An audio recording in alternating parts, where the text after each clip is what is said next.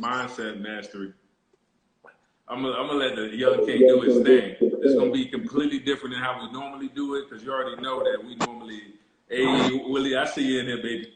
You already know we normally do the back and forth, but I'm literally gonna let my man do his thing. He's gonna introduce himself and whew, just have your notepad, pens ready, cause whew, I got my other computer ready because I already know I'm gonna be typing notes. I'm excited. Hopefully you see it on my face. I'm excited. As you talk, King, I'm gonna be doing the invites. Man, I want as many people that we can get in here as possible, man. So go introduce yourself. Do your thing. Do your thing. I appreciate you, King. I appreciate you. Can you hear me good? Of course, of course. All right. I appreciate you for bringing me on. They call me Scholar. My name is Jeff, but I go by Scholar. I believe it embodies the movement of combating our collective ignorance, and scholarship is extremely important to me. You know what I mean? And I want to be able to bring that message to my community. You know what I mean? I live my life as an introvert. You know what I mean? I don't get in front of the camera. I don't really do the exchange, but it was due to me recognizing my own financial illiteracy that I began down my journey towards financial literacy, and that made all the difference. You know what I'm saying? All right, so we're gonna go ahead and bust down mindset mastery. So we already got through the introduction. I am Scholar, okay. As far as mindset mastery, I'm gonna have to stand up for this. I get a little hype. Get a little hype. Hey, I already know. I know how you normally do it. Go do your thing. All right, all right. So first of all, I gotta establish the premise, right? So our society, or society right now, as far as a collective, we're glorifying people in positions of like feigned power, right? So we don't glorify the nerds, we don't glorify the intelligent, we don't focus on actual fact, or actually understanding the way that our reality actually works. So I'm gonna talk about first. I'm gonna establish my 4-step process to manifesting anything that you want in life. I feel like we're gonna get to the meat. So not the first step is knowledge acquisition, right? Knowledge acquisition, knowledge acknowledgement, knowledge implementation, and then that leads to manifested reality, right? Okay. So this is what I mean by that. So knowledge acquisition, normally when we encounter foreign situations, we end up sort of pushing through it with the available information that we have, because we can only make a decision based on the quality of the information that we currently have available to us. It is due to the pursuit of knowledge that we'll be able to bust through any obstacle or any situation that we may encounter. So this is what I mean by that. I'm gonna give you an example. So when it came to credit, right, I kept running into roadblocks. So I was looking for a person. I was looking for a mentor, or somebody or a group, as far as like a credit repair agency or something like that, to come in and show me give me a map or a roadmap in order to get to what I wanted to accomplish in life. Right. Which was ultimately to become an investor. But it was because I was looking for a person in order to help me, and that promoted a handicap. Now, we a lot of times when we fall to rock bottom, and we fall during certain times in our life, whether we're facing an eviction, whether we got kicked out of our house, whether the bills are piling up, whatever the situation is, we curl up into a fetal position and we develop a victim mentality, right? So when you fall and you hit rock bottom, the worst thing that you can do is develop a victim mentality. Because if you fall on your face and you looking down and you've curled up and developed a victim mentality, you're not gonna get up. But if you can look up, then you can get up, right? Now, this victim mentality, we sit there and we lay down in a fetal position waiting on Superman to come save us. And we continue to bolster and push for that victim mentality. But what we don't understand is that we are Superman, Superwoman. We are that, but we have to rip that shirt off to see the S that's on our chest, right? That takes strength, you know, that takes perseverance, and that takes introspection, right? You got to look into yourself in order to find that. That's the metaphor of actually opening your chest and seeing that S that's right on your chest. You are Superman, and what we don't understand is that obtaining and maintaining a victim mentality, that is our kryptonite. When we hold on to a victim mentality, it keeps us in that fetal position and staying down but after over time we begin to realize that we actually are Superman and that nobody's going to come and save us. So now when we take our time and we start to really dissect this game and dissect this situation, we realize, we look up and we look around and we're like, hey, okay, now I'm looking and I'm seeing these different sources of information. Because see, there was a situation that swooped in and put you in that position. You know, whether life came through and punched you in the mouth, that trigger put you in the fetal position. But you recognizing that the victim mentality is your kryptonite will enable you to eat that lick and still be standing. And even if you fall, you know that you're going to get back up because you're Superman. So now that we've established that there was a trigger that swooped in and put you down, right? And you know, finding out through self-awareness, introspection, that you are Superman. And I say Superman, I'm speaking about men and women. I'm gonna just say Superman. Keep throwing out disclaimers. They understand. They got you. Respect. So, can you still hear me? Did my headphones go out? Yeah, no, you good. You good.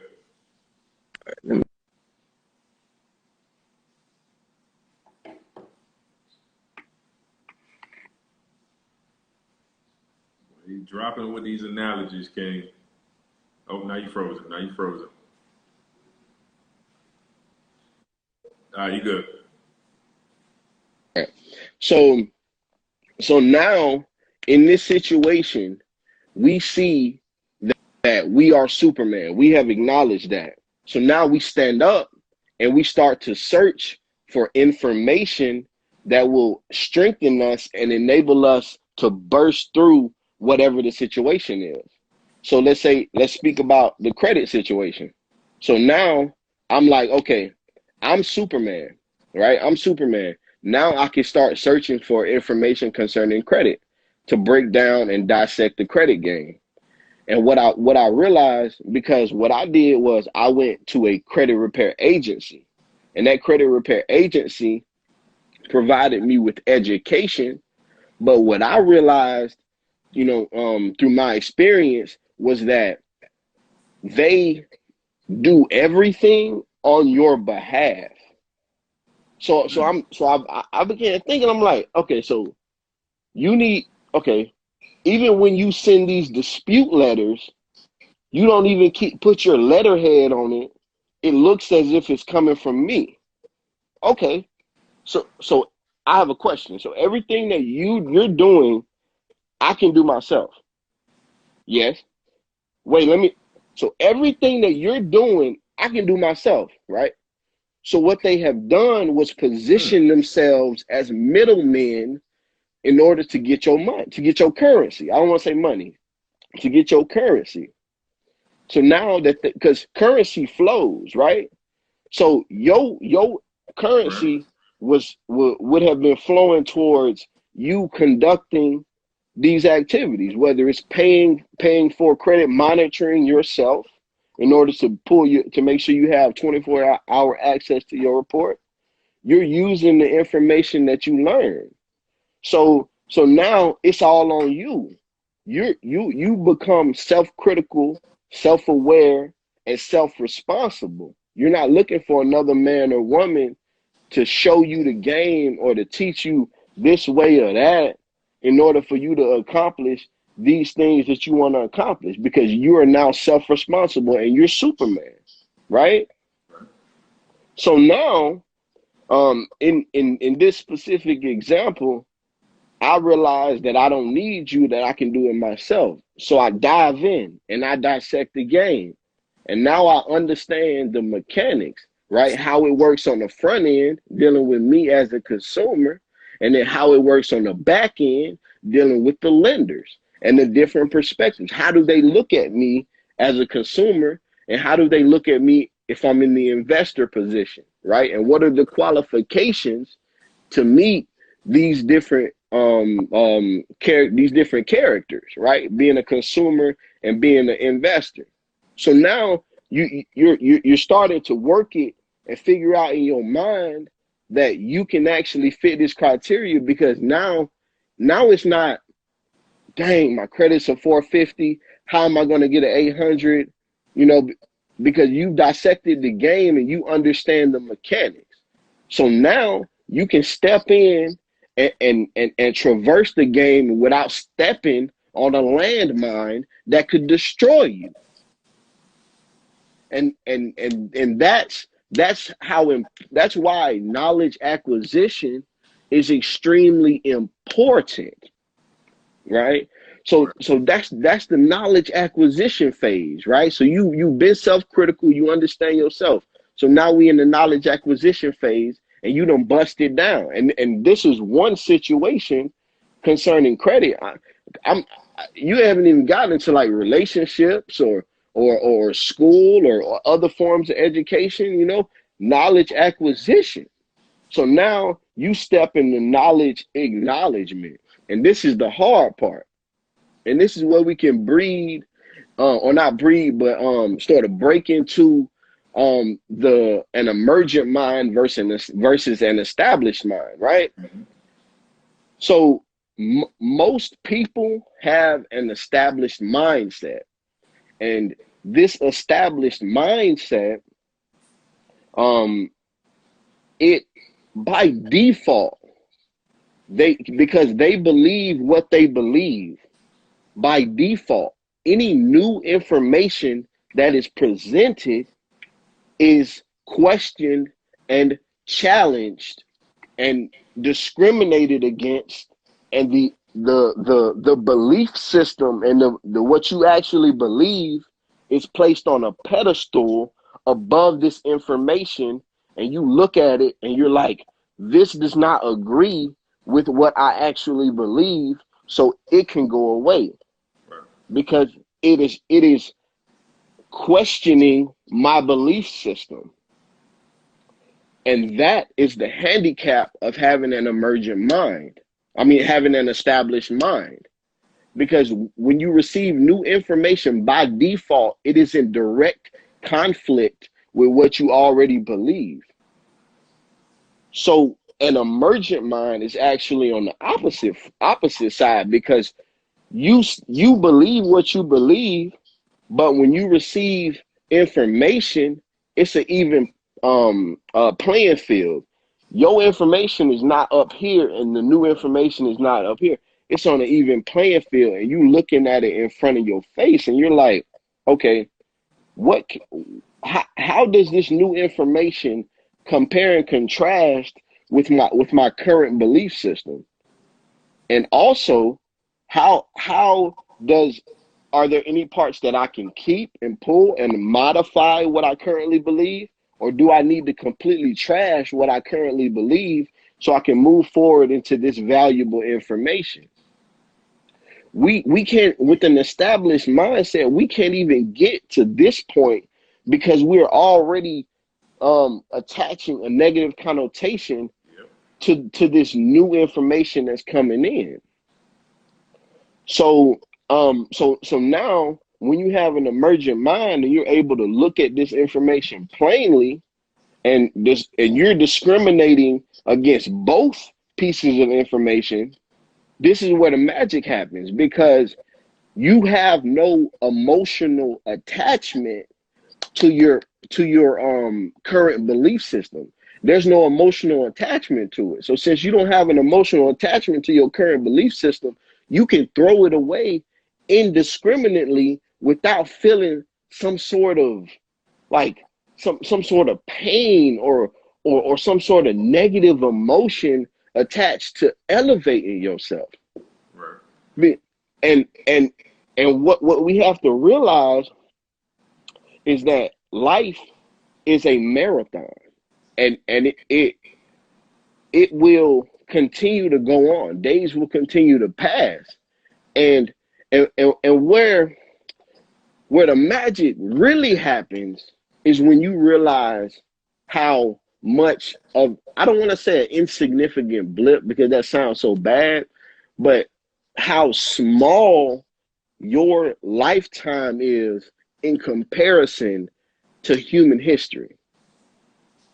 And that people have written books and scrolls and all sorts of information, and great people have came and went and experienced life, have lived for 70, 80, 90 years, 100 years, and experienced life and wrote books in which they have gained their knowledge and perspective and imputed into their book. So then their spirit is able, their energy, right? So energy is neither created nor destroyed. It is only transferred. So if you're able to read this book and glean the information that they intended for you to learn when you read it, i.e. an example would be John C. Maxwell's book, Success is a Journey. It took him like 33 years in order to finish that book.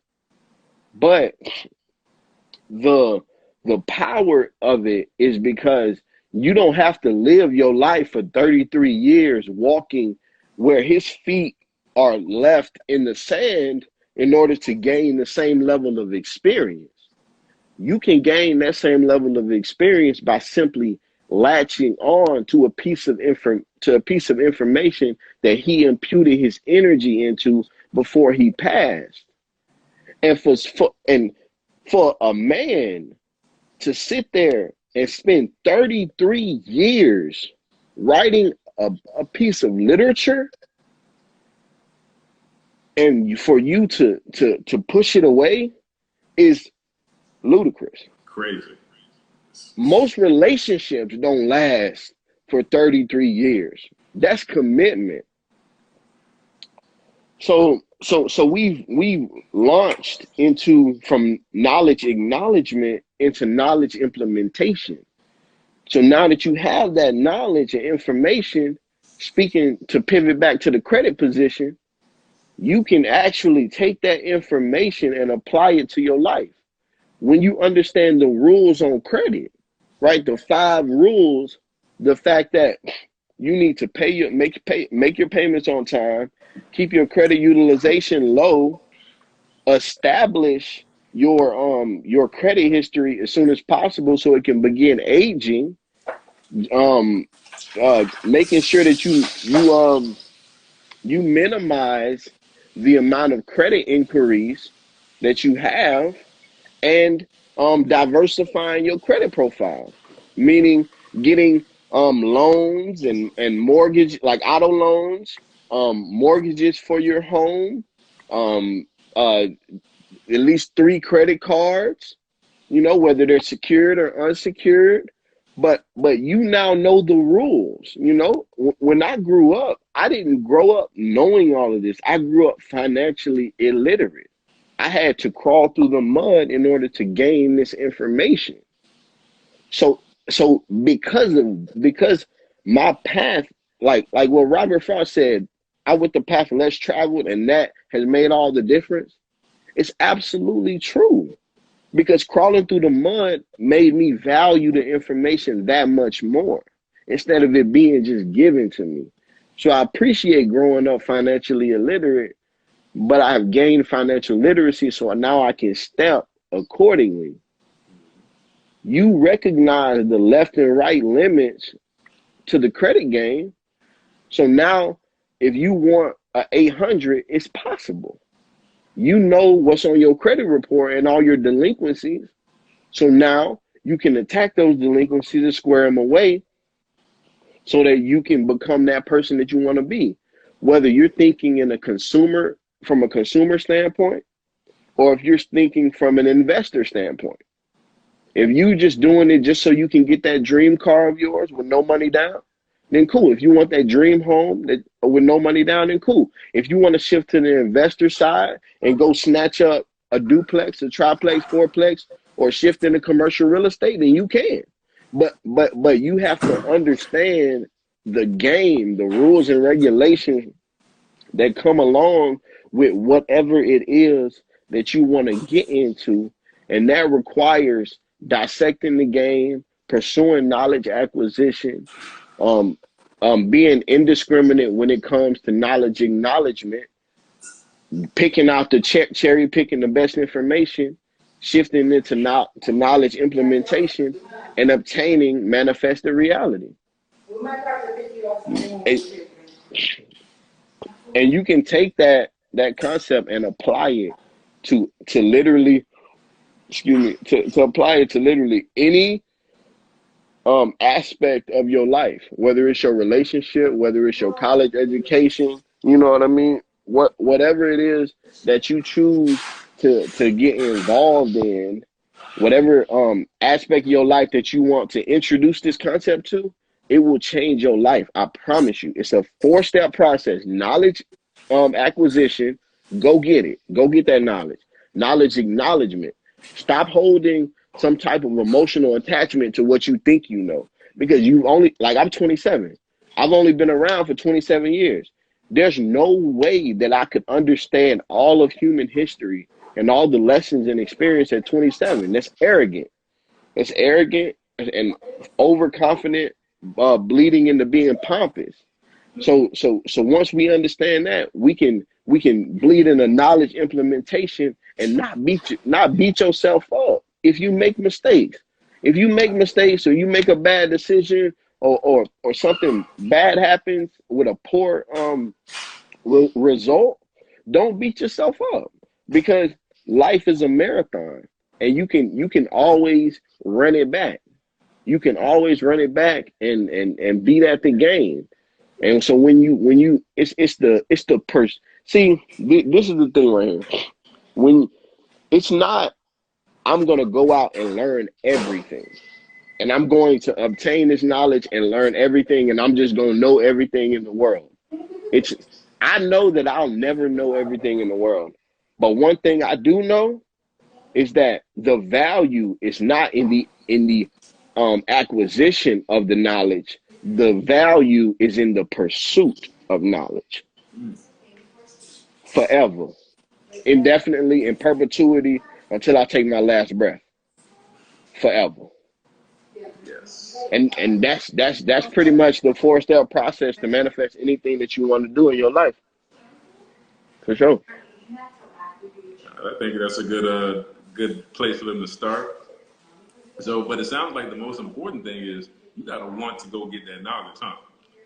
That's, without that, you can't even talk about this if you're not even on the pursuit of knowledge. I think that's why, like, when your teachers talk to you growing up, like, man, kid, you can tell the people who want to get more, who want to grow, but the people who don't, they're gonna miss it and not even know that they missed it. So, man, Continue, keep doing. I love it. I love it, man. I love it.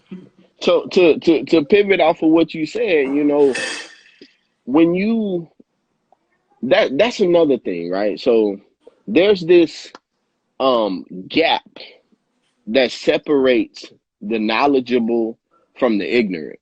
Mm-hmm. And when you shift into to the knowledgeable side, you become responsible for your community. Mm. But see that that right there, that pedestal of being in a position of being knowledgeable, you have a fork in the road. You have to decide, and this is where corruption occurs, because you have to decide on whether you want the power of that position or do you want to be responsible. When you gain knowledge, it's not without consequence. You are now knowledgeable. You are no longer ignorant. You cannot claim ignorance. So now that you know, you are responsible for your community, you are responsible for your family, or you could use this as a position of power and bolster corruption.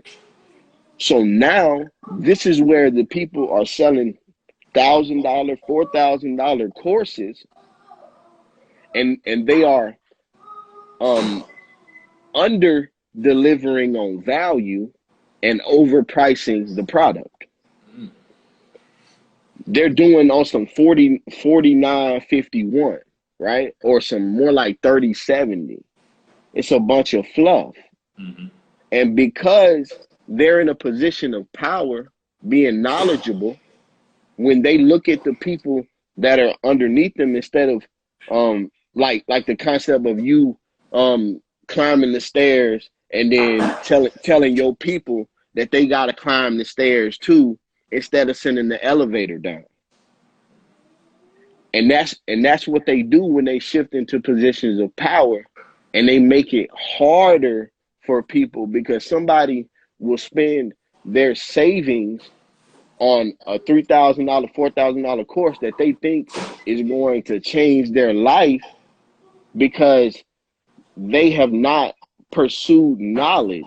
So since they didn't pursue knowledge, they're still in the realm of the ignorant. And the knowledgeable, if they both push towards power, they take advantage of the ignorant.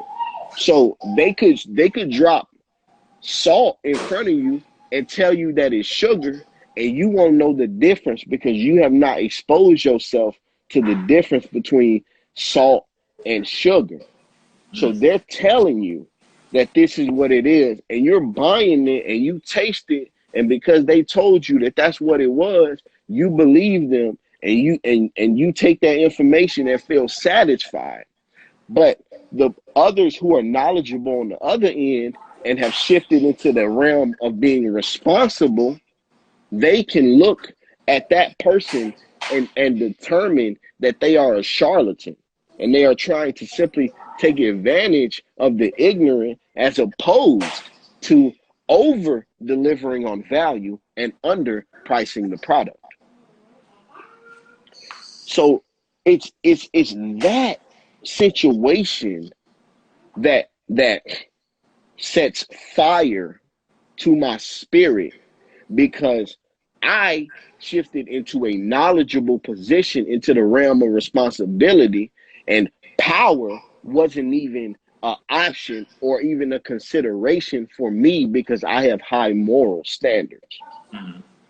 So when I deliver my information, any of it, my scholarship is 100, and it always will be. So when I push out that information to my people, you can bet the house, bet the bank that this information that I'm bringing you will always be actionable intelligence that can change your life.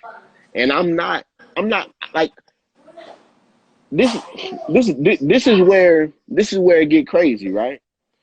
When you think about Walmart, right? People think that Walmart is making a whole lot of money because they're selling a lot of because they're selling all these different items.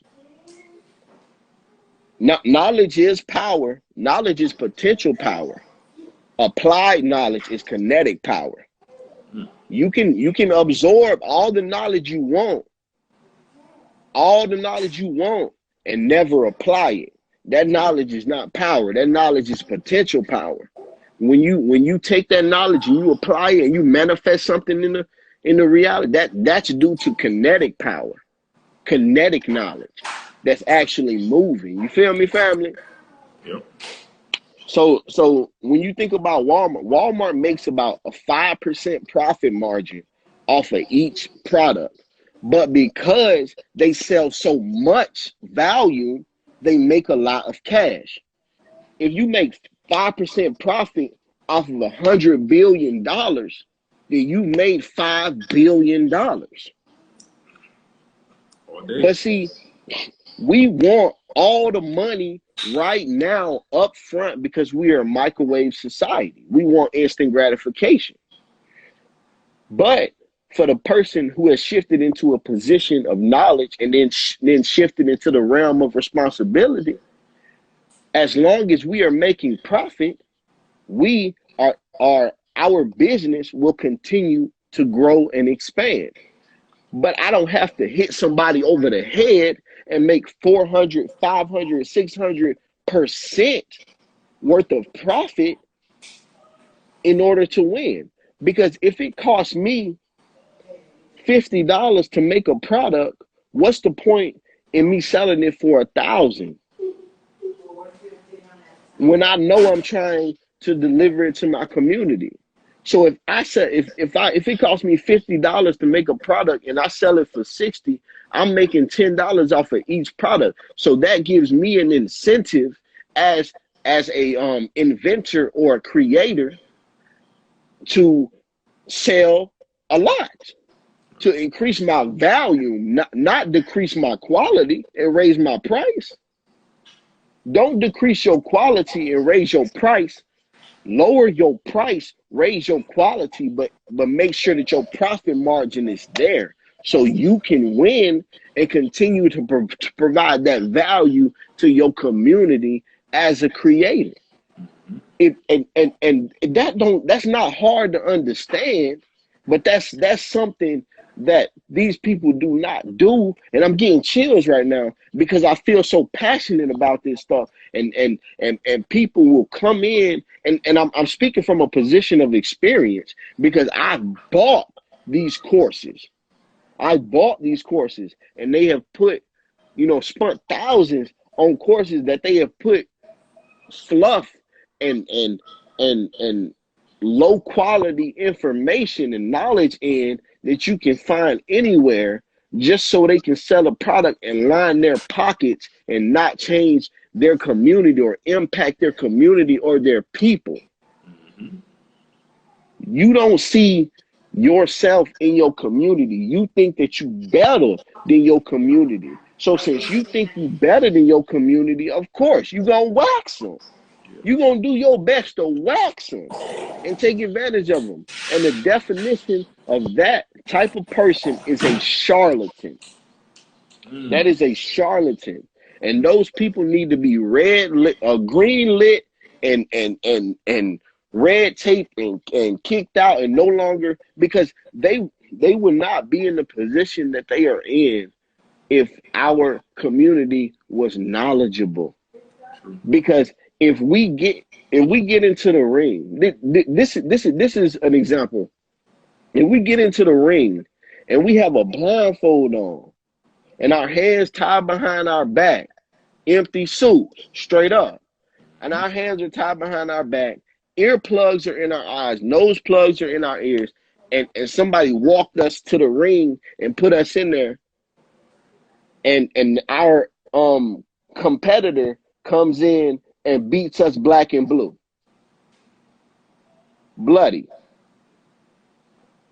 Now, when you make the decision to pursue knowledge and focus on knowledge acquisition, you begin removing the blindfold.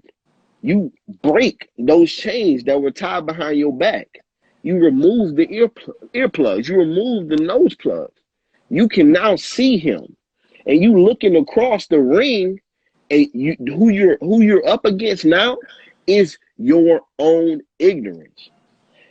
And the way I think about it is that in your corner is not somebody providing the blindfold, the earplugs, the nose plug, and the chains. That's somebody that's providing you high quality information, high quality info that they see that's going to change your life, and they know it's going to change your life, so they're able to promote it in good conscience. And so when you get in that ring, they taught you how to jab, they taught you how to throw a haymaker, they taught you how to throw an uppercut, they taught you how to stick and move, they taught you orthodox and unorthodox standpoint. They taught you. They showed you the moves. So now when you get in there and you're facing your own ignorance, you're equipped with knowledge, and you're able to go over there, leave them black and blue, bloody, and on the mat, face down, knockout, straight up, first round, because you have prepared yourself to face your own ignorance. We are not in a competition with other people, with celebrities, with people who have extreme fame but nothing up here. We're not competing with them. We are competing with our own ignorance, and we have to leave them in the ring black and blue. That's our responsibility. That's our responsibility to our family. That's our responsibility to our community. But most of all, that's your responsibility to your future self. I like to imagine, and this might sound crazy, I like to imagine my future self sitting in the corner of the room looking at me over my shoulder. Are you doing what you need to do so you can become me? Are you doing with angry eyes? With angry eyes. If I'm not doing what I need to do to make that happen, he's sitting over there with angry eyes, about to slap me upside my head. Are you doing what you need to do to become me? Because if you not, he starts to look a little transparent. Huh? He starts to look a little transparent. He ghosting on you now. He ghosting on you now. Now you can't even see them. You can't even recognize them. They call it macular degeneration, right? So you start to see holes in your vision. You can't even see the man no more. You can't even see him no more. And now, but this the thing. He don't go away completely. Now, when you start doing what you're supposed to do, he starting to solidify a little bit. He like, whoo, I was almost gone. You brought me back. All right. Hey, when now you he did done that, came. it reminded me of the Ghost Dad movie, man. Hey, I'm telling you. Hey, he done came up and patted you on your back. He like, good job. Keep on going now. Fuel to your fire. He come in and add a little fuel to your fire. Keep on going now. Don't stop. Because when you stop, I'm going to start fading. And now there was a great example is that when you die, right, or right before you die, when you on your deathbed, all your dreams and aspirations, the ghosts of your great ideas that you never gave life, that person that you were supposed to become, and you didn't because you was listening to Pookie. You over there listening to Pookie. Pookie is something. Let me. This is a perfect example to bring in Pookie. Pookie, the firefighter. Let me tell you about Pookie, the firefighter. Everybody has somebody in their life when they're trying to do something different and change their life.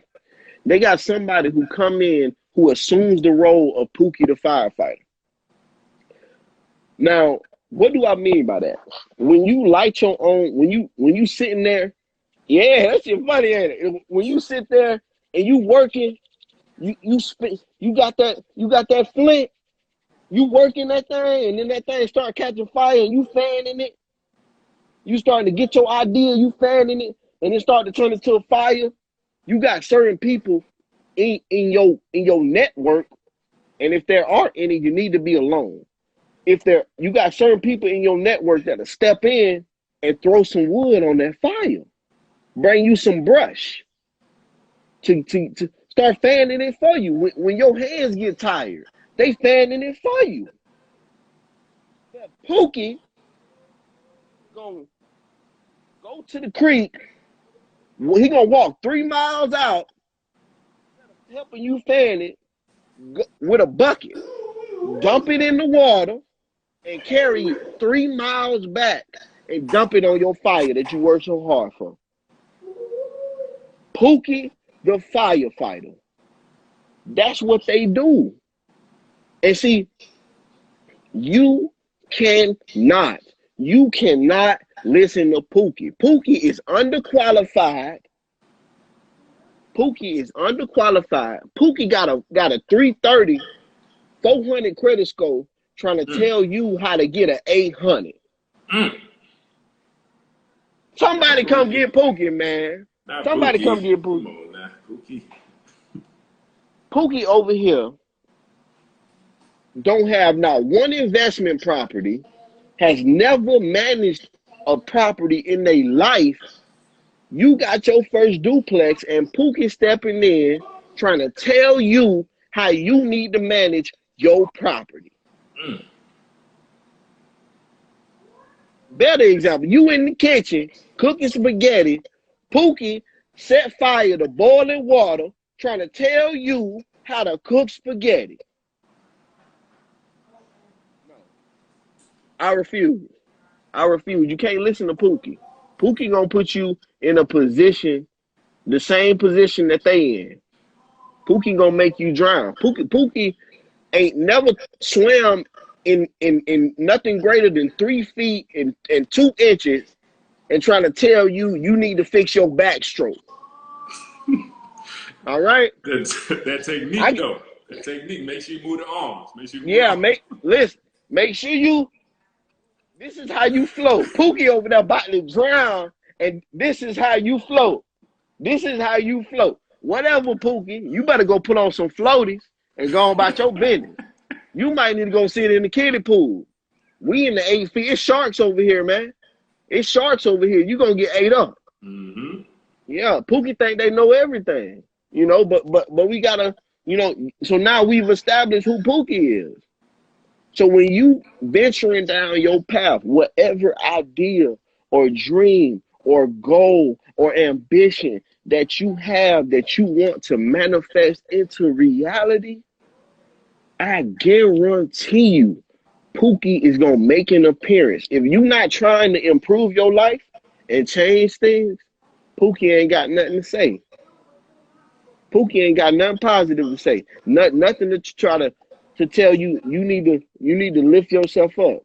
Because when Pookie look inside of himself and Pookie look at you, they see the same person. But when you try to improve your life and change your life and learn different things and introduce things, for the betterment of your family and for, obtaining generational wealth and whatnot, Pookie got something to say. But you got a stone to throw, but you ain't got a brick to lay for my foundation. That's unacceptable, Pookie. You got to go. And that the psychology of Pookie must be dissected, because there are so many people who will stay in the fetal position because Pookie told them to. How are you gonna know my capabilities when you have not walked my path and you're not in my mind? You do not know my heart. You do not know my will. You do not know my iron will. You, Pookie, have no idea what I'm capable of.